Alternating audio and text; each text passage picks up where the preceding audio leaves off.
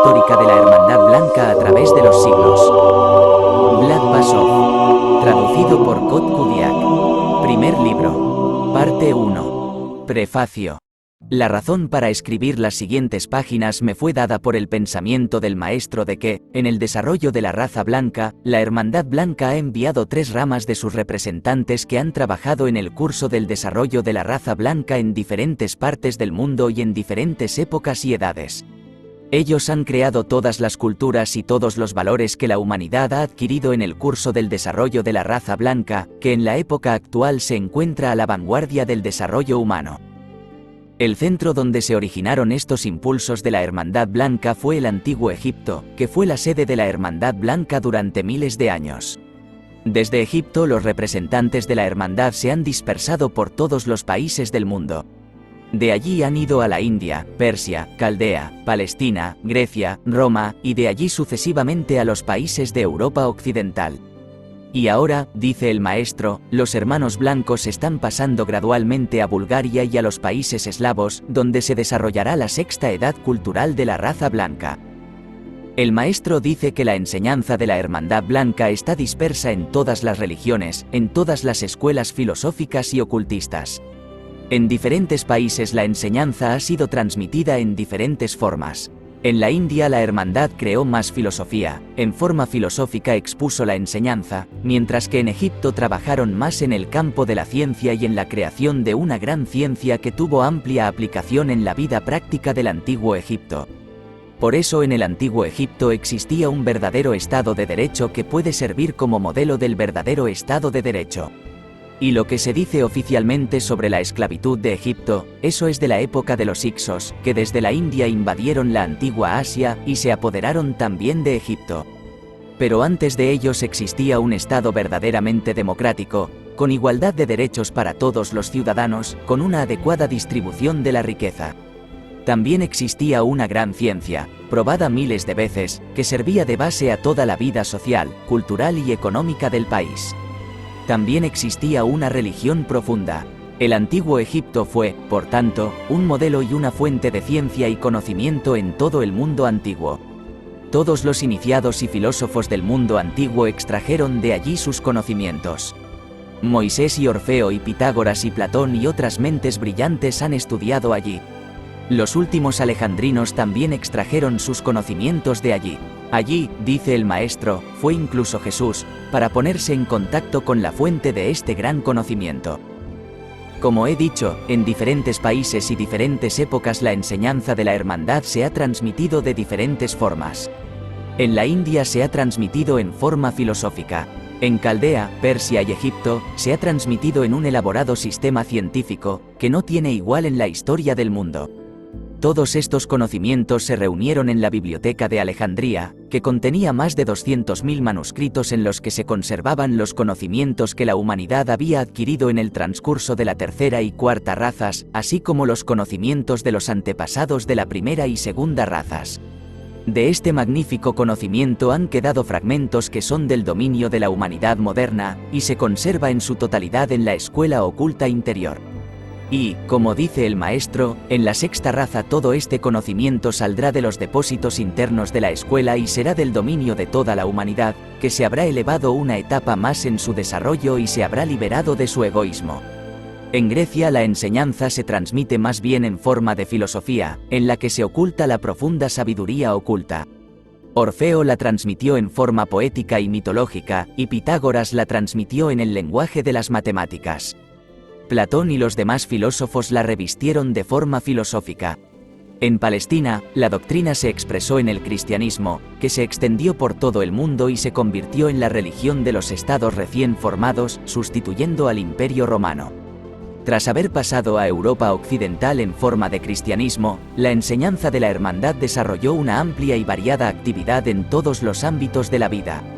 En Bulgaria fue exportada y difundida por los bogomilos, y luego, en forma de rosacrucismo, pasó a Europa Occidental, donde estimuló el arte y la ciencia y, en general, todo el progreso del mundo occidental.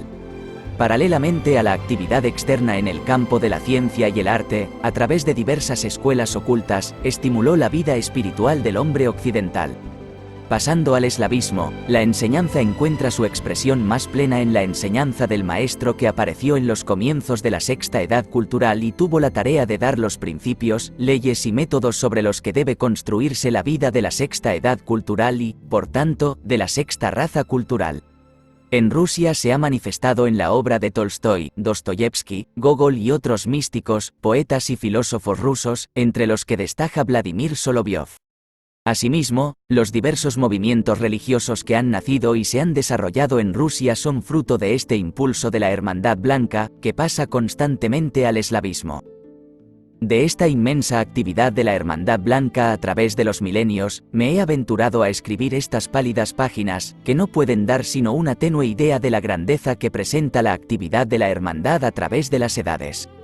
Mi tarea es señalar la unidad que existe entre todas las manifestaciones de la hermandad en el curso del desarrollo de la raza blanca, tal como se expresa a través de las diversas escuelas, maestros, apóstoles e individuos.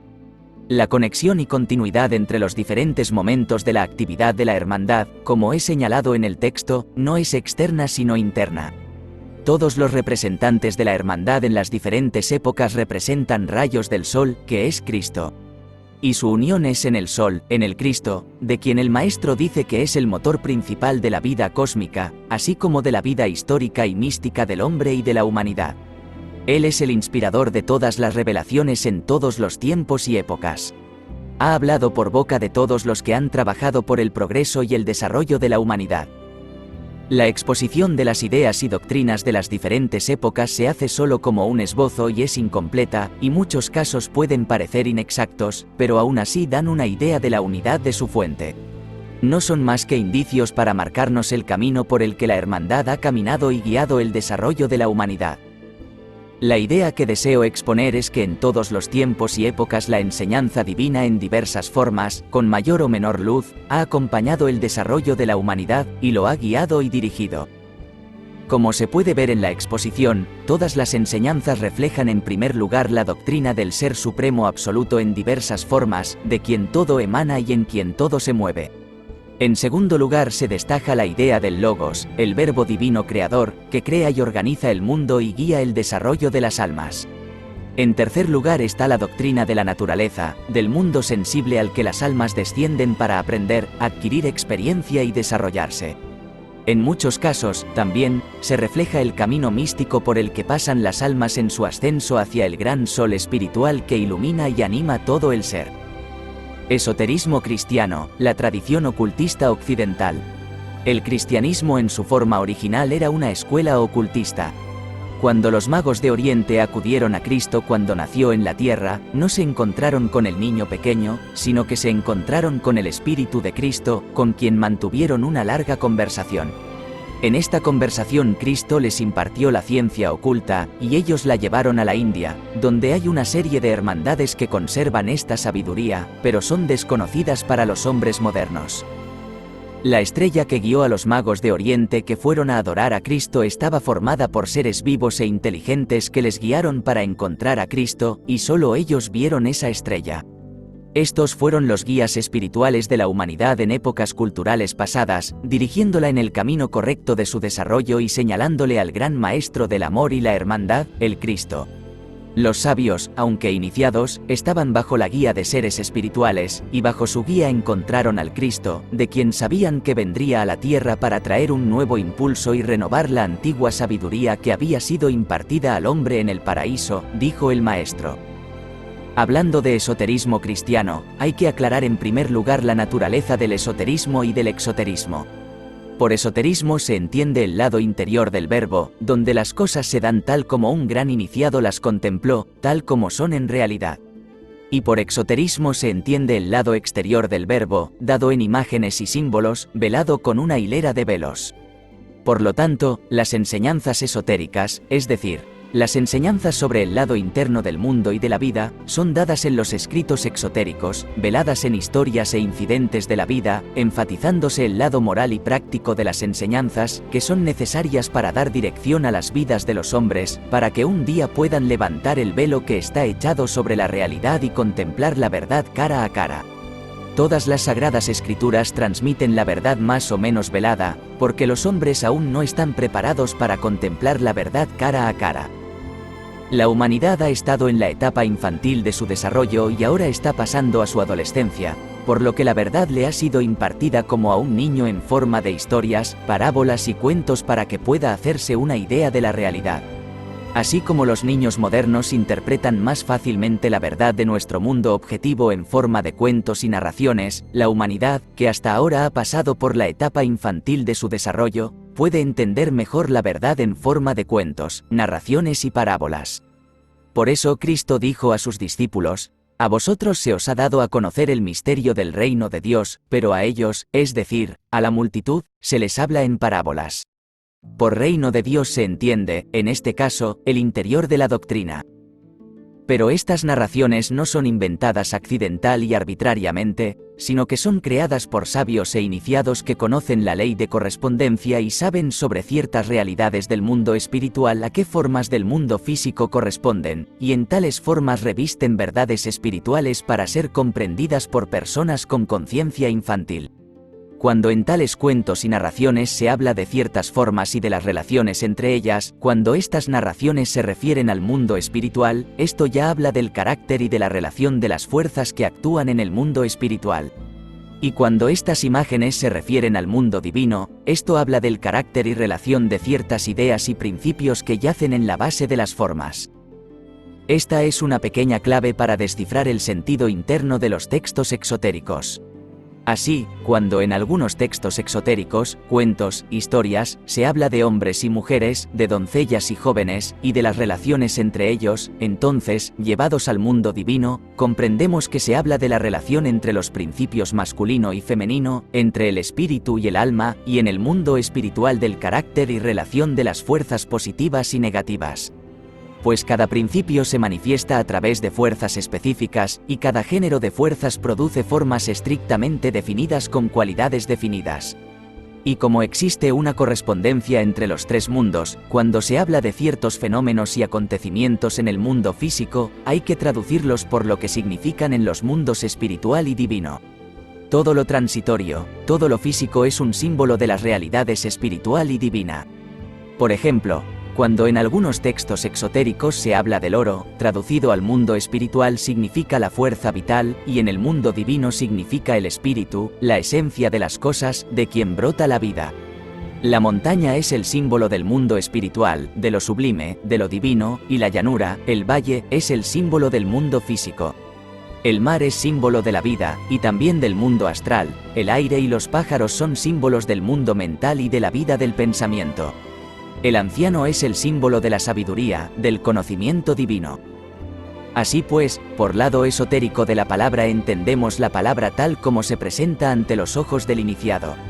En este sentido, cuando hablamos de esoterismo, nos referimos a la enseñanza que revela las leyes internas de la manifestación de la vida y del mundo, que nos revela el lado interior de la vida y las causas racionales más profundas que subyacen a los fenómenos de nuestro mundo fenoménico.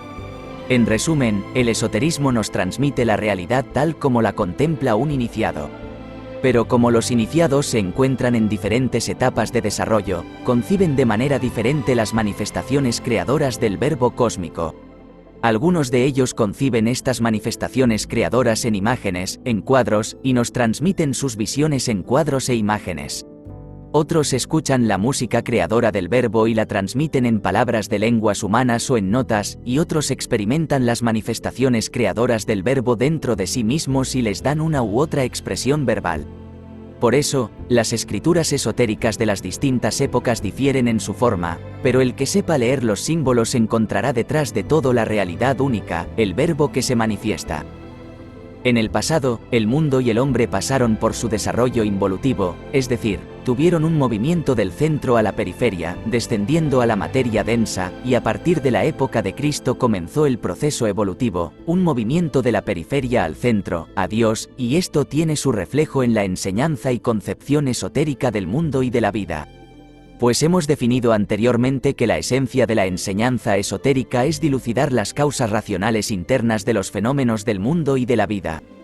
En los procesos involutivo y evolutivo hay una cierta diferencia, mientras que en la involución el hombre desciende desde las altas cimas de las montañas, desde el mundo de la superconciencia, y cuanto más desciende, su conciencia se estrecha y se vuelve limitada, mientras que en el proceso evolutivo tenemos lo contrario, partimos de la conciencia más limitada, que se expande constantemente hasta que llegamos a la conciencia cósmica. Así pues, en un proceso hay un estrechamiento gradual y una disminución de la luz, y en el otro una expansión gradual de la conciencia y un aumento de la luz. Se trata de dos procesos diametralmente opuestos, y es natural que tanto las leyes como los procesos de cognición sean diferentes en ellos. De ahí cierta distinción entre la enseñanza esotérica antigua y la cristiana. Los antiguos iniciados y profetas hablaron de la venida de Cristo a la tierra para restablecer la relación del alma humana con Dios, detener el proceso involutivo e invertir el impulso ascendente. Los antiguos iniciados hablaban del espíritu del sol que descendía a la tierra para salvar a la humanidad del pecado y liberarla de la esclavitud de las fuerzas oscuras. Así que el esoterismo antiguo hablaba de lo que estaba por venir.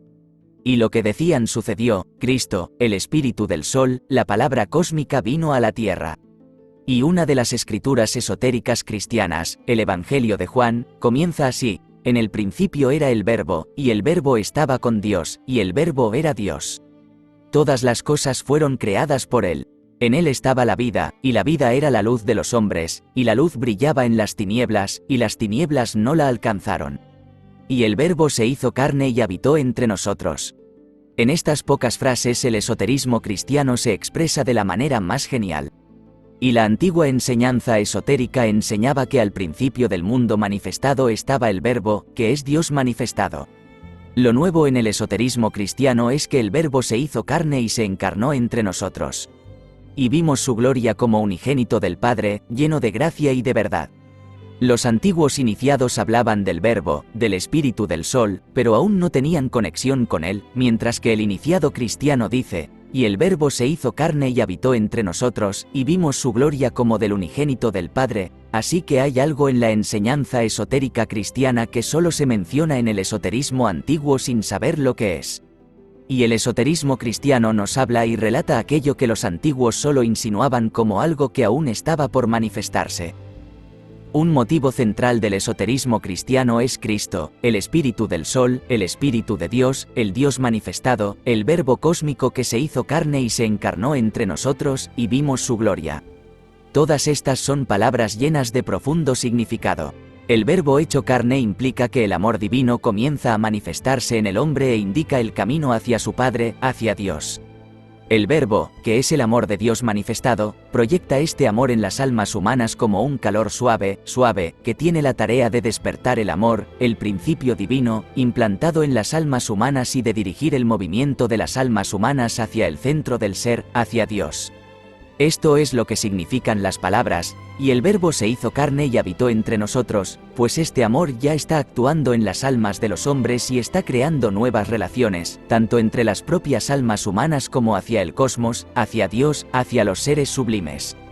Y vimos su gloria como del unigénito del Padre, implica la sabiduría divina manifestada a través de Cristo. Para ver algo tiene que haber luz. Así el amor del Verbo abrió los ojos espirituales de los hombres y vieron su gloria, la sabiduría divina, que es la luz del amor divino y que revela la gloria del amor. Y la luz brilló en las tinieblas, y las tinieblas no la comprendieron. Así pues, el Verbo encarnado es el motivo central del esoterismo cristiano, el Verbo hecho carne, es decir, el Verbo concretado, hecho visible, hecho santo para las almas humanas, manifestado como amor que actúa en las almas y en los corazones. Este Verbo, con la luz, el calor y el poder que lleva en sí mismo, despierta lo divino en las almas humanas y se encarna en ellas. Así hace inmortales a las almas humanas. El nacimiento de Cristo, el Verbo cósmico, es uno de los motivos del esoterismo cristiano. Así lo expresa ya la leyenda del nacimiento de Cristo por la Virgen María. La Virgen María es el alma humana que, entrando en contacto con el Espíritu, da a luz al Cristo, yo divino, el yo superior, que la hace inmortal. Este misterio, por supuesto, también está presente en el esoterismo antiguo, transmitido de diversas formas, pero lo importante en el esoterismo cristiano es esto: lo que sucede en el alma del hombre, lo que sucede místicamente, sucede también en el cosmos, en la naturaleza, sucede también en el escenario histórico, sucede también en la humanidad entera, y no solo en unidades individuales, como sucedía en la antigüedad. Cristo, que nace en las almas de los hombres, nació efectivamente en Palestina. Cristo nació en las almas humanas, y bajo su luz y calor bondadosos la divinidad comenzó gradualmente a despertar en las almas humanas, y entonces los hombres comenzaron a comprender que el Verbo, Cristo, estaba encarnado en toda la naturaleza, y entonces toda la naturaleza se convirtió en un libro viviente del Verbo manifestado. Así pues, el objeto del esoterismo cristiano es la vida de Cristo desde su nacimiento hasta su resurrección. Y lo que se describe como acontecimientos históricos en realidad tuvieron lugar y corresponden a ciertos hechos místicos que tuvieron lugar en el alma humana y a ciertos hechos cósmicos que tienen lugar en la naturaleza. Por eso se dice, lo de abajo es semejante a lo de arriba. El nacimiento de Cristo, la adoración de los magos, la persecución de Herodes, la huida a Egipto, el regreso de Egipto, el bautismo en el Jordán, la manifestación del Verbo, es decir, la siembra de la palabra, la crucifixión en el Calvario y la resurrección y, por último, la ascensión, son los elementos del esoterismo cristiano que hay que comprender correctamente. Son acontecimientos históricos y al mismo tiempo experiencias místicas y ciertos procesos cósmicos. Esta es la característica del esoterismo cristiano, que lo que tiene lugar en el escenario histórico tiene lugar en el alma humana y en la humanidad, tiene lugar en el cosmos. La tradición esotérica cristiana está viva y no ha dejado de existir desde los tiempos de Cristo hasta nuestros días. El Evangelio nos cuenta que los magos de Oriente llegaron a Palestina cuando Cristo nació y le ofrecieron regalos de oro, mirra e incienso. El maestro dice, estos magos eran iniciados de Oriente que habían visto la estrella en Oriente que les indicaba que Cristo había nacido, que había descendido a la tierra. Y cuando llegaron al Cristo, dice el maestro, él les impartió el conocimiento esotérico, y ellos lo llevaron a la India, donde se conserva hasta hoy en una hermandad oculta que es el centro del esoterismo cristiano. Estos sabios eran de la logia central de la Hermandad Blanca en la Tierra, que guía el desarrollo de la humanidad, y que está en conexión con la logia de la Hermandad Blanca del Sol, por lo que enviaron a sus mensajeros, los sabios, a reunirse y presentar regalos al Cristo. Tuvieron allí una conversación con el Espíritu de Cristo, no con el niñito, y él les impartió el conocimiento esotérico. En apoyo de esto, el maestro dice en una conversación, hay adeptos en la India que están trabajando para el avance del trabajo de la Hermandad Blanca en Bulgaria. Estos adeptos de Asia son el centro mismo de donde los sabios vinieron a Cristo desde la logia central de la Fraternidad Blanca en la Tierra. De esta hermandad dice el maestro, hay una hermandad que viaja por el mundo y trae la cultura. Está en Egipto, India, Caldea, Persia, Babilonia, Palestina, Grecia, Roma, Inglaterra, Francia, Alemania. Ahora se está trasladando gradualmente a los eslavos y a Bulgaria. Y allí donde actúa, hay cultura y todo se mueve, crece y se desarrolla. La cabeza de esta hermandad es Cristo. Sus representantes dieron impulsos y métodos para el desarrollo de las culturas y de las almas humanas. Pues los que guían a la humanidad y dan los impulsos culturales proceden del centro de la Hermandad Blanca, de donde vinieron los magos en el nacimiento de Cristo. Han estado en relación continua con Cristo antes de que viniera a la tierra, porque Cristo es la cabeza de la Hermandad Blanca, y ellos son una rama de esa hermandad, son una logia en la Hermandad Blanca en la tierra que guía a la humanidad. Fueron ellos quienes organizaron el desarrollo de las eras culturales egipcia, persa e hindú. Bajo su liderazgo se construyeron las pirámides y la Esfinge en Egipto. Bajo su liderazgo floreció una cultura milenaria que es un modelo de verdadera cultura, de un estado de derecho modelo, de religión y ciencia profundas también que en Egipto surgieron los principios de la enseñanza divina, de los que diré unas palabras más adelante.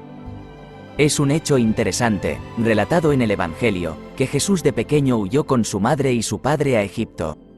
¿Por qué Jesús no huyó a Siria o a Babilonia o a otro lugar, sino que huyó a Egipto? No se trata de un fenómeno accidental. Se diga lo que se diga de Cristo, tuvo que ir a Egipto para entrar en contacto con la escuela ocultista de la Hermandad Blanca en Egipto. Pues existe una ley oculta según la cual todo iniciado, por grande que sea, en cada nueva encarnación debe someterse a una cierta disciplina y entrenamiento oculto a fin de preparar su cuerpo para convertirse en un buen conductor de su alma despierta. Para ello debe entrar en contacto con un centro oculto donde pueda ser despertado, por así decirlo. Lo mismo ocurrió con Jesús. Este es el significado de la huida a Egipto. Él, como espíritu, tenía una conciencia despierta, pero el cuerpo joven tenía que prepararse para convertirse en un buen conductor de este espíritu exaltado. Y esto se hace entrando en contacto con un entorno adecuado. Por eso Jesús fue enviado a Egipto, para entrar allí en contacto con la escuela ocultista de la Hermandad Blanca, que le ayudaría a preparar su cuerpo para convertirse en un buen conductor de su poderoso espíritu. Así explica el maestro la ida de Jesús a Egipto. Así pues, es de Egipto de donde procede la tradición esotérica occidental, cuya base es el esoterismo cristiano. O dicho de otro modo, los términos tradición esotérica occidental y esoterismo cristiano son sinónimos.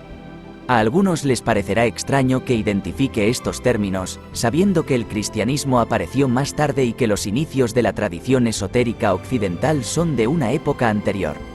Permítanme ser claro. La esencia de la tradición ocultista occidental es la doctrina del Verbo encarnado hecho carne, es decir, que impregna toda la naturaleza. Y cuando la gente comprendió esto, la naturaleza se convirtió para ellos en un libro viviente en el que se revela la sabiduría del Verbo. El esoterismo occidental tiene su origen desde entonces. Esta es también la base del esoterismo cristiano, como hemos visto. La tradición esotérica occidental tiene sus orígenes en Egipto, en la enseñanza de Hermes sobre el Verbo encarnado. Su famoso pensamiento, lo que está abajo es como lo que está arriba, y lo que está arriba es como lo que está abajo, nos dice que el Verbo, que es el pensamiento manifestado de Dios, se refleja en toda la naturaleza y se manifiesta en todas las formas externas de la naturaleza y la vida. Por lo tanto, lo que está abajo, en la naturaleza y en la vida, es semejante a lo que está originalmente en el pensamiento de Dios. Para Hermes, por tanto, todo lo visible es un símbolo, un signo de una realidad que actúa invisiblemente. Lo visible, que está abajo, es semejante a lo invisible, que está arriba. Lo que está arriba es el Verbo que actúa en el mundo. Y lo que está abajo es el Verbo encarnado en formas objetivas. Por tanto, lo que está abajo es semejante a lo que está arriba. Este Verbo se manifiesta en el hombre y en todas las formas orgánicas, así como en toda la naturaleza. Por lo tanto, la forma se convierte en una letra, un símbolo del Verbo. Sobre este principio se construyen las llamadas ciencias herméticas u ocultas, quiromancia, fisiognomía, frenología, grafología, astrología. Puesto que el Verbo se manifiesta en toda la naturaleza, que es un organismo vivo, tiene su propio rostro, por el cual los iniciados pueden leer la vida y el destino del mundo, del mismo modo que el fisonomista ordinario puede leer la vida y el destino del hombre por los cambios y la condición del rostro. Esta es la base de la ciencia oculta occidental. Nació en el momento en que el hombre volvió su mirada hacia la naturaleza externa y vio el Verbo cósmico impreso, manifestado, encarnado en ella. Esto ocurrió en la época del antiguo Egipto, en tiempos de Hermes. Por eso la escuela ocultista occidental tiene su origen en Egipto. Y el maestro dice, los principios de la ciencia divina fueron exportados a Egipto. ¿Cuáles son estos principios de la ciencia divina? Son los llamados 7 principios herméticos, que son las vías para la manifestación del Verbo. Son los principios de la naturaleza. Estos principios subyacen en todos los procesos y fenómenos, desde la creación de todo el cosmos hasta la creación de la forma más pequeña de la Tierra. Los he mencionado muchas veces, y diré algunas palabras de nuevo, porque son la esencia de la ciencia oculta occidental. Son los cimientos sobre los que se construye todo. El primer principio el maestro lo llama el principio de la mente, según el cual la mente es la base del mundo y de la vida. Todo en el mundo es mente, mente y espíritu son una misma cosa. La mente es el lado externo del espíritu, y el mundo objetivo externo es el lado externo, manifestado, de la mente. Todas las formas que existen en el ser existieron originalmente en la mente divina. El segundo principio se denomina principio de analogía o correspondencia y se formula así: lo que está abajo es semejante a lo que está arriba y lo que está arriba es semejante a lo que está abajo.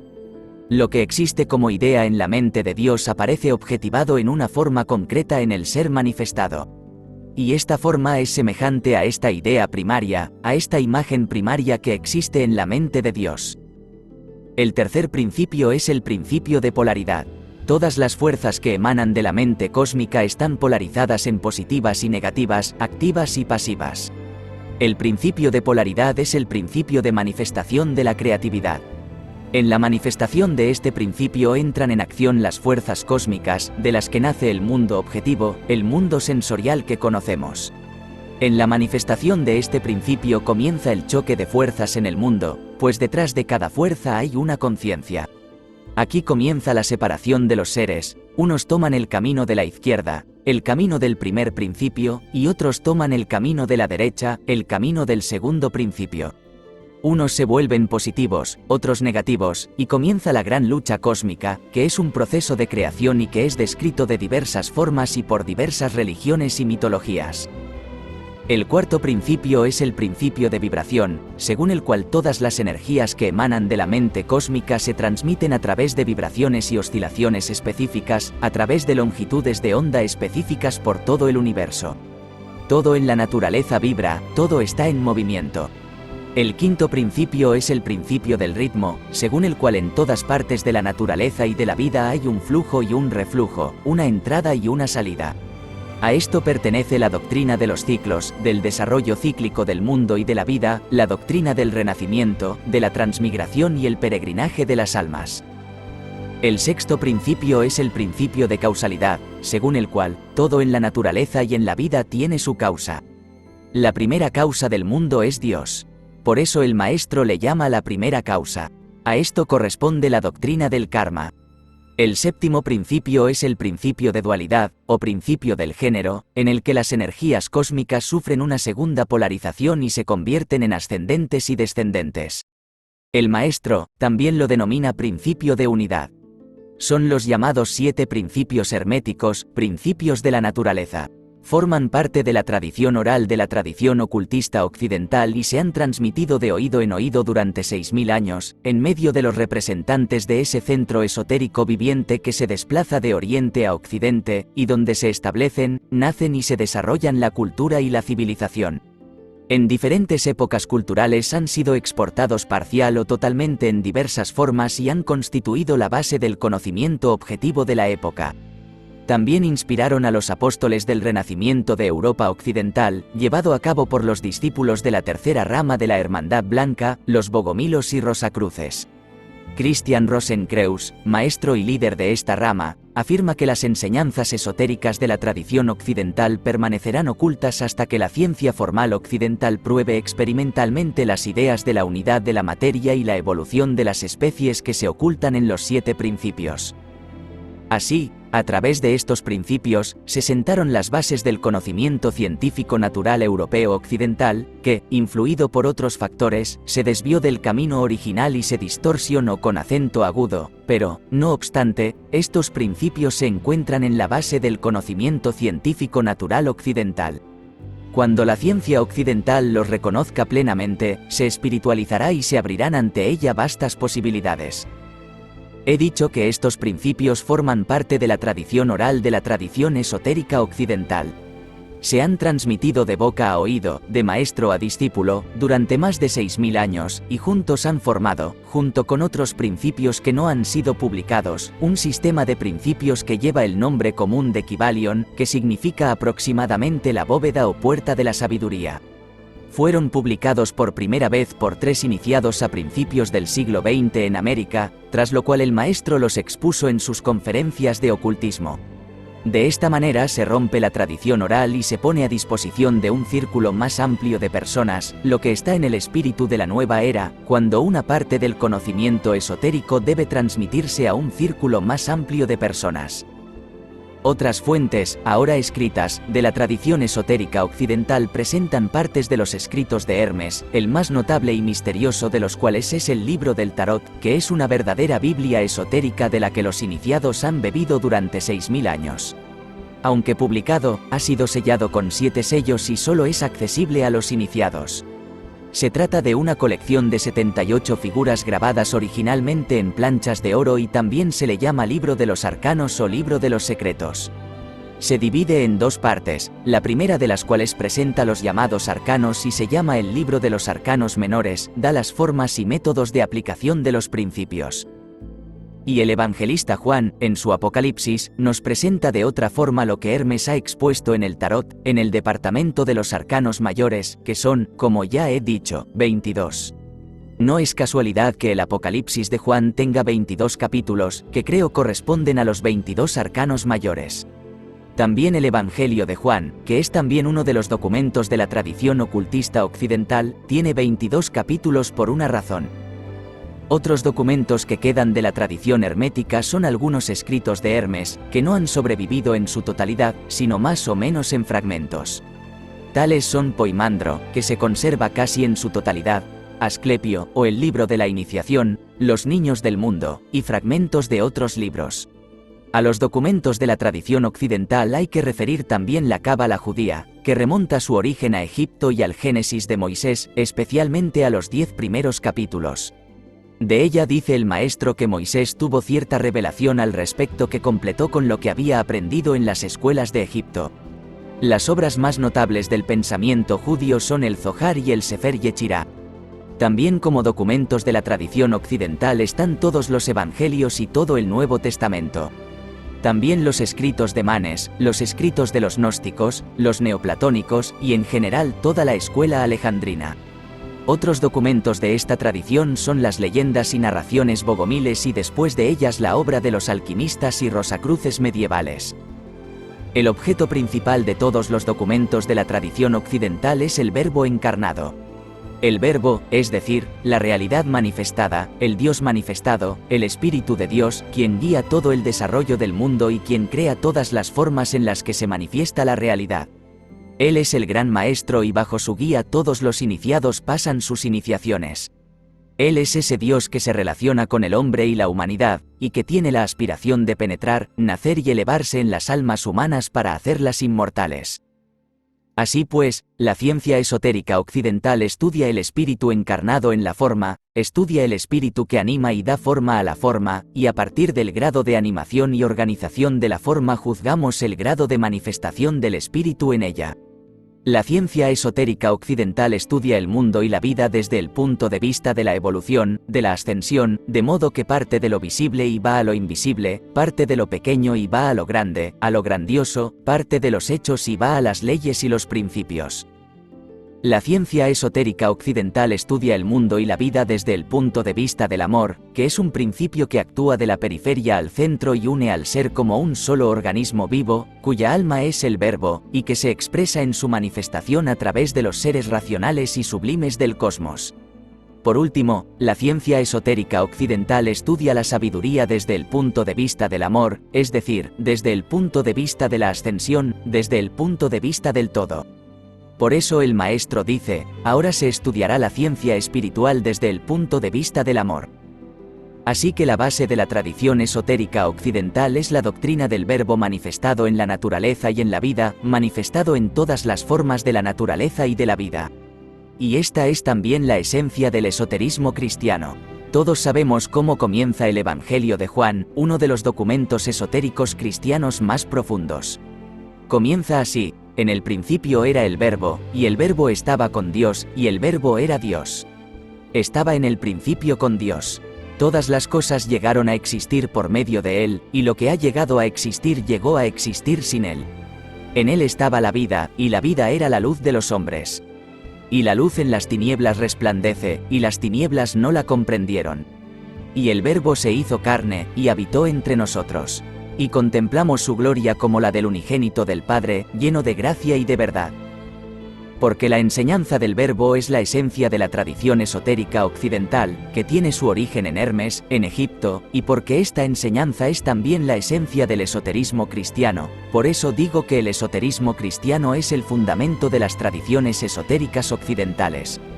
Esto demuestra que los iniciados egipcios, dirigidos por Hermes, estaban en contacto con Cristo antes de que descendiera a la tierra y sabían de su descenso a la tierra.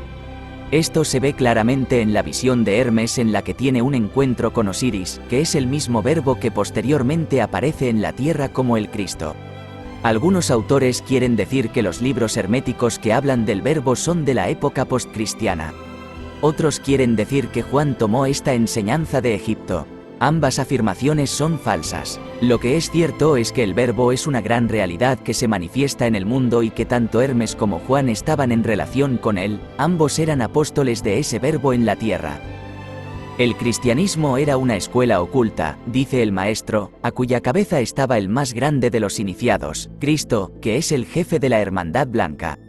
Porque cuando hablamos de un símbolo esotérico, no nos referimos solo a la manifestación visible, exterior, física, sino a ese colectivo de iniciados y seres sublimes que están detrás de un iniciado que ha aparecido en carne y hueso en la tierra.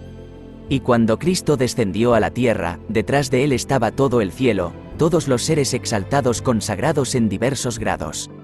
Y estos, junto con el Espíritu de Cristo, forman ese verdadero centro esotérico que emana y organiza continuamente la manifestación exterior en los diferentes momentos del desarrollo histórico. El maestro dice, en el pasado la escuela apareció ante el mundo por un corto tiempo, derramó algo de luz en la vida de la humanidad, dio ciertos impulsos, y volvió a casa, a su refugio interior. Pero ahora la escuela ha decidido, continúa el maestro, llevar todas sus ideas y principios a la vida entera y espiritualizar la vida. Así, desde este centro vivo y esotérico, periódicamente venían representantes ante el mundo, dando expresión visible al centro esotérico. Así, después del misterio del Calvario, continuó la existencia continua del centro esotérico, lo que se muestra en el Evangelio con hechos en los que Cristo, después de la resurrección, se apareció repetidamente a los discípulos y los guió. Juan concluye su Evangelio diciendo, muchas otras obras hizo Jesús, pero si se escribieran una por una, me parece que el mundo entero no sería capaz de reunir los libros que se escribieron. Esto también demuestra que el centro esotérico ha continuado su actividad, manifestándose de diferentes maneras y dando impulsos en diferentes épocas. Así, en el siglo IV, cuando la tradición esotérica se fue perdiendo exteriormente y la comunión cristiana se diferenció como sociedad religiosa, nació el movimiento maniqueo, que apareció como la expresión exterior de la tercera rama de la Hermandad Blanca y como portador de la tradición esotérica. En el mismo espíritu trabajaron las diversas escuelas gnósticas, como Orígenes, Valentín, los neoplatónicos y toda la escuela alejandrina. Como una manifestación mayor y más fuerte del centro esotérico, como reacción a la pérdida del lado interno de la doctrina por parte de la Iglesia cristiana, aparece el bogomilismo en Bulgaria, que existió durante 4-5 siglos y se convirtió en un movimiento popular de masas, siempre con el centro esotérico como columna vertebral. Cuando fueron dispersados y expulsados de Bulgaria, este centro esotérico se trasladó a Occidente y de él nació la Orden Rosacruz Interior, que asumió el liderazgo de la cultura europea occidental. La Orden Rosacruz permaneció oculta al mundo durante 2 o 3 siglos enteros, y no fue hasta el siglo XVII cuando algunas de sus enseñanzas fueron expuestas al resto del mundo, pero estimuló el pensamiento del hombre occidental sin que nadie se diera cuenta, y bajo la influencia de estos impulsos nació y se desarrolló toda la cultura de Europa occidental. En épocas más recientes, como expresión de este espíritu Rosacruz, ha aparecido la Escuela Externa de los Rosacruces, dirigida por Max Heindel, y antes que ella la Escuela de Rudolf Steiner, que sacó a la luz muchas de las doctrinas esotéricas cristianas y les dio mayor relieve. La última expresión exterior del centro esotérico cristiano es el movimiento de la Hermandad Blanca en Bulgaria, encabezado por el maestro. Él dice, detrás de mí está todo el cielo. La palabra que os digo no es mía, es de Dios, de los seres inteligentes que están detrás de mí. Así pues, detrás de él está este centro esotérico, la totalidad de los seres inteligentes que están preparando la manifestación de la nueva cultura, y como expresión externa de este centro esotérico aparece el maestro y el movimiento que ha creado. He aquí lo que dice el maestro sobre las actividades de este centro esotérico en el curso del desarrollo de la raza blanca. En el curso del desarrollo de la raza blanca, la Hermandad Blanca ha enviado 3 ramas, que originalmente tuvieron su centro en Egipto, luego en la India, y desde allí se extendieron a otros países. La primera rama puede llamarse egipcia. De Egipto pasó a la India, Persia y creó la cultura hindú y persa. Al principio de la cultura persa se encuentra Zaratustra. Luego esta rama va a Grecia y bajo el liderazgo de Orfeo crea la cultura griega. De allí pasó a Roma, de donde posteriormente pasó a los nuevos países europeos. En Egipto los discípulos de esta rama son llamados herméticos por el maestro de esta rama, Hermes. En Persia se les llama mazdaístas, por la enseñanza de Zaratustra sobre Ahura Mazda, el dios de la luz, el dios sol. En Grecia los discípulos se llaman orfeístas, por Orfeo. La primera rama, como ya he dicho, va a la India y crea la cultura india. En la India los representantes de la Hermandad Blanca dejaron más enseñanzas filosóficas, y en Egipto más ciencia. La segunda rama podemos llamarla la rama palestina, porque de Egipto pasa a Palestina, ya en la época de Moisés, con el éxodo de los judíos de Egipto. Los judíos fueron enviados a Egipto para adquirir la sabiduría oculta y educarse para poder cumplir la misión que les fue asignada. Todos los profetas pasaron por las escuelas de esta rama. En Palestina los discípulos de la hermandad se llamaban esenios. La segunda rama tenía la tarea de preparar las condiciones para la venida de Cristo y preparar a la gente para difundir la enseñanza por todo el mundo. La tercera rama puede llamarse la rama Bogomilos. Va de Egipto a la India y de allí a Persia, donde los discípulos de la hermandad se llaman maniqueos, por Manes, el líder del movimiento en esa zona. Luego pasó a Arabia, Siria, Asia Menor y Bulgaria. De Ali, pasó a Europa Occidental. Los discípulos de la Hermandad Blanca en la época actual representan la suma de los discípulos de las tres ramas. Las tres ramas están trabajando ahora en Bulgaria. Estas tres ramas proceden de un lugar superior, del mundo invisible. Los que dirigen las tres ramas son iniciados. En la primera rama, en Egipto, se dieron a conocer los principios de la ciencia divina, y tuvo la tarea de preparar las condiciones para el cristianismo, de preparar las mentes de la humanidad para el cristianismo. La segunda rama tiene la tarea de llevar el cristianismo al mundo y difundirlo. La tercera rama tiene la tarea de realizar la enseñanza divina, el cristianismo, y dar métodos para la aplicación de la enseñanza en la vida. Los Rosacruces son una rama de la tercera rama de Bogomilos, y tienen por objeto la preparación de la nueva cultura mediante la aplicación del cristianismo a la vida. El nombre original del bogomilismo era otro. En Bulgaria se les dio el nombre de Bogomilos. El bogomil más destacado en Bulgaria fue Boyan el Mago. Pop Bogomil era un predicador y propagador de la doctrina. Los hermanos bohemios en Bohemia, los cuáqueros en Inglaterra, los Illuminati en Alemania, los cátaros y albigenses en Francia, y un número de otras órdenes y corrientes han surgido del bogomilismo. Así pues, el esoterismo cristiano tiene su origen en ese centro interior vivo y racional, que es la totalidad de seres racionales sublimes que guían el desarrollo humano bajo la guía de Cristo. Este centro ha guiado a la humanidad desde su salida de Dios y la ha conducido a lo largo de todo su descenso desde los mundos superiores hasta la materia densa del mundo físico. El maestro dice que cuando el hombre estaba en el paraíso, es decir, cuando estaba en el mundo mental, Dios le enseñó y le impartió el gran conocimiento, le impartió el conocimiento divino, la ciencia divina, le impartió la sabiduría oculta. Pero después de la caída el hombre perdió gradualmente esta sabiduría y se hundió profundamente en su subconsciente.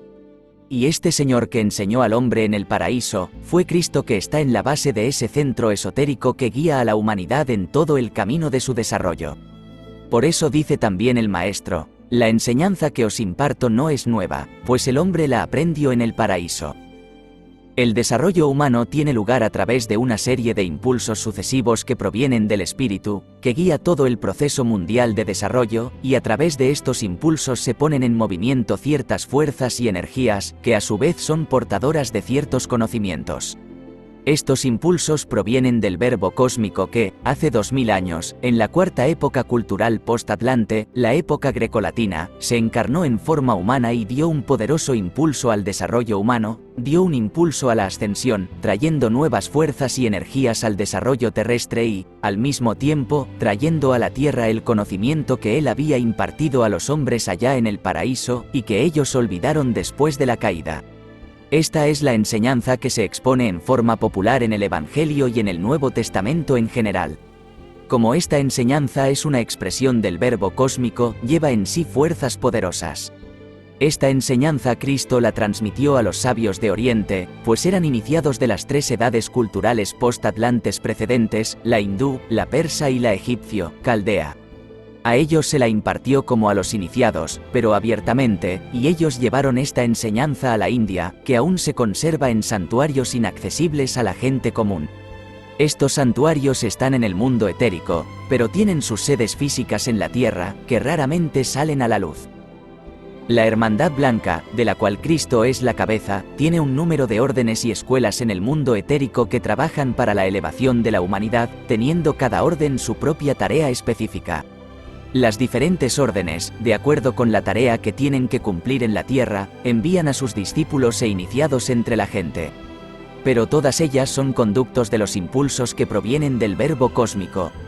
Puesto que cada orden desempeña una determinada función en el organismo del verbo cósmico, por lo tanto en las diferentes épocas los impulsos del verbo se manifiestan a través de diferentes órganos, es decir, a través de las diferentes órdenes de la hermandad. Las diferentes órdenes son portadoras de diferentes energías y realizan diferentes tareas para el bien y la elevación de la humanidad. Pero sus tareas son asignadas por el centro común, el verbo cósmico, del que son vehículos. Los tres sabios de Oriente que acudieron a Cristo como iniciados en las escuelas ocultas del pasado llevaban consigo el conocimiento oculto que la humanidad había adquirido del pasado, tras su descenso a la tierra en las diversas escuelas de diversos maestros, desde Lemuria y Atlántida y durante las tres edades culturales post-atlantes precedentes. Y ofrecieron este conocimiento como un regalo ante el Gran Maestro, el Cristo, conocimiento que está simbolizado en los tres elementos que ofrecieron como regalo: oro, mirra e incienso.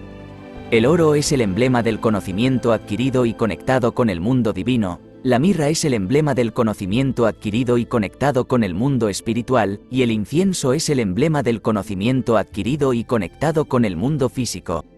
Esgrimían y trabajaban con los poderes de los mundos divino, espiritual y físico, y todo este conocimiento lo ofrecían al servicio de Cristo, se ofrecían a sí mismos como portadores de las ideas que Cristo portaba. Al hacerlo, expresaron su voluntad, la conciencia y los poderes de que disponían, de ser ministros de la palabra que descendía a la tierra, expresaron su voluntad de convertirse en apóstoles de la palabra. Entonces Cristo les impartió el nuevo conocimiento que no les había sido impartido antes. Les dio la enseñanza del amor y recibieron una nueva iniciación, la iniciación del amor. Por eso el Maestro dice: ahora se estudiará la sabiduría desde el punto de vista del amor. Esto es lo que recibieron los sabios de Oriente. Su sabiduría es iluminada por el amor de Cristo y vivificada, y su conocimiento adquiere un nuevo poder interior, porque lleva vida consigo. Este mismo conocimiento que recibieron de Cristo, que se expone en el Evangelio y en el Nuevo Testamento en general, se convirtió en la base de la enseñanza esotérica cristiana, que será la enseñanza esotérica del próximo ciclo de ascensión. La enseñanza esotérica del ciclo involutivo ha desempeñado su papel, ha dado sus frutos, y ahora debe renovarse, y esto ha sucedido a través del encuentro de los Reyes Magos con Cristo. Ellos eran los representantes de la antigua sabiduría que había ganado la humanidad a través de su camino involutivo, cuyo impulso fue dado de nuevo por el Cristo ya en el periodo cósmico de la Luna. La tarea asignada para esta enseñanza estaba cumplida. Ahora los iniciados recibieron un nuevo impulso, recibieron nuevos poderes, una nueva iniciación por el contacto con el Maestro espiritual, el Cristo, y con ello se introdujo en la antigua sabiduría algo nuevo que no habían conocido antes. Pero entre los discípulos de la antigua sabiduría quedaron algunos que no aceptaron el nuevo impulso y continuaron viviendo con la antigua sabiduría. Esto sucedió bajo la influencia de la ley de polaridad, que no explicaré ahora. Debido a que el desarrollo tomó otra dirección, ellos, con el conocimiento que tenían, al no aceptar el nuevo impulso, se excluyeron de la nueva corriente y su desarrollo se detuvo gradualmente, y su servicio en el desarrollo y elevación de la humanidad disminuyó y cesó gradualmente. El Maestro dice: hay ciertos adeptos de Asia que, como consecuencia de su aislamiento de la corriente general de desarrollo y ruptura de conexión con la humanidad, han tropezado en su desarrollo. No comprendieron que cuando un impulso llega a su límite final, cuando se completa el ciclo que ese impulso ha manifestado, entonces llega otro impulso que da origen a un nuevo ciclo, y en el nuevo ciclo ya se traen nuevas fuerzas y energías, se establecen nuevas tareas, se dan nuevos métodos de trabajo. Y los que no pueden aceptar esta nueva corriente se alejan gradualmente, quedándose a vivir con su pasado, cortando así la conexión con la realidad. Con el nuevo impulso que Cristo dio a la ascensión humana, trajo el amor espiritual, como una nueva fuerza para trabajar por la elevación humana. Esta nueva fuerza entra como un nuevo influjo en la vida, y quien quiera que acepte este impulso del amor verá su vida sostenida y refrescada y recreada, le dará un nuevo impulso a la vida y a la creatividad, y le elevará gradualmente a las alturas del espíritu, liberándole de la esclavitud de la materia. Aquellos que no pueden aceptar el impulso del amor, su vida se seca gradualmente y la materia se apodera cada vez más de ellos, con el resultado de que su desarrollo cesa. Toman el movimiento inverso descendiendo gradualmente más y más en la materia densa y corren el riesgo de perder su forma humana y descender al abismo, cayendo presa de las fuerzas oscuras. Como en el proceso de desarrollo actúa la ley de la polarización, en el mundo actúan dos tipos de fuerzas y dos tipos de seres que están en lucha constante, y bajo la influencia de estos dos tipos de fuerzas se produce el desarrollo. Estas dos clases de fuerzas son las dos manos del Espíritu Absoluto que tiene en sus manos el desarrollo del mundo. Estas dos clases de fuerzas podemos llamarlas el bien y el mal. Las fuerzas del mal trabajan en la materia densa y son ellas las que comprimen la materia. Las fuerzas del bien actúan en la materia enrarecida y son ellas las que diluyen la materia. En el proceso de involución, de descenso, las fuerzas del mal tenían ventaja, porque, en lo que se refiere al periodo terrestre, espesaron gradualmente la materia. Esto era necesario para que las almas humanas pudieran individualizarse, sentirse como unidades separadas, como centros separados en la gran conciencia divina. Como la materia sólida separa las cosas y las encierra en formas con límites definidos, cuando las almas se encontraron gradualmente en cuerpos cada vez más densos, perdieron poco a poco esa conciencia cósmica que tenían, que no era suya, sino que era la conciencia del ser cósmico en cuyo seno estaban inmersas. En estas formas sólidas despertó en las almas humanas una conciencia personal, y el hombre se sintió gradualmente como una individualidad separada, como un yo, aparte de los demás. Esta era la tarea del proceso involutivo, formar la personalidad humana, dar nacimiento al yo, en el alma humana, permitir al hombre decir yo. Pero junto con el nacimiento del yo, nace el egoísmo. El hombre, una vez que se ha sentido a sí mismo como un ser separado, comienza a tener sus propios intereses personales, que opone a los intereses de los demás, y comienza una lucha por los bienes, por los intereses, por la fama, en general una lucha por asegurar las exigencias del yo. Por otra parte, con el nacimiento del yo, el hombre adquiere la capacidad de pensar y de elevarse por encima del reino animal y de luchar por el espíritu y adquirir la libertad, en el sentido de sentirse un ser independiente con una voluntad personal, pero puede llegar a ser verdaderamente libre si sigue la dirección del espíritu. Por eso Goethe dice en Fausto: dos almas viven en mí, una tira hacia arriba, la otra hacia abajo. Estos son los dos lados del yo, y por eso en el esoterismo cristiano el yo se simboliza como una espada de dos filos. El yo nació bajo la influencia de dos impulsos. El primer impulso proviene de ciertos seres del cosmos que se han opuesto al cumplimiento de la voluntad de Dios y, por así decirlo, se han sobreindividualizado y han transmitido este impulso al ser humano. Bajo su influencia, un cierto sentimiento personal, una cierta aspiración a la independencia, a la libertad, se despierta en los seres humanos que viven en el inconsciente colectivo. Bajo su influencia, nace el lado negativo del ser, junto con su egoísmo. Nace lo que se llama la personalidad humana. Las energías de estos seres se introducen en el cuerpo astral del hombre, estimulándolo a la separatividad, y esto arrastra al hombre a la materia densa, donde se convierte en un ser separado, pero no en el ser libre al que aspira. Es libre solo en el sentido de que puede elegir entre el bien y el mal, y es libre de ir en la dirección que desee. Este es el momento de desarrollo que se describe en la Biblia como comer el fruto prohibido. Y se les abrieron los ojos y empezaron a conocer el bien y el mal. La apertura de los ojos en este caso implica el despertar de la conciencia personal, el nacimiento del ser. El segundo impulso para la formación del yo procede de la naturaleza divina del hombre, del espíritu que está oculto en sus profundidades y fuera de ellas, de la actividad del Cristo, el Verbo cósmico que se hizo carne. La aspiración de Cristo, dice el Maestro, es penetrar en las profundidades de cada alma para hacerla inmortal. De esta influencia de Cristo nacen todos los nobles impulsos del yo, que lo elevan a las alturas del espíritu y hacen al alma inmortal.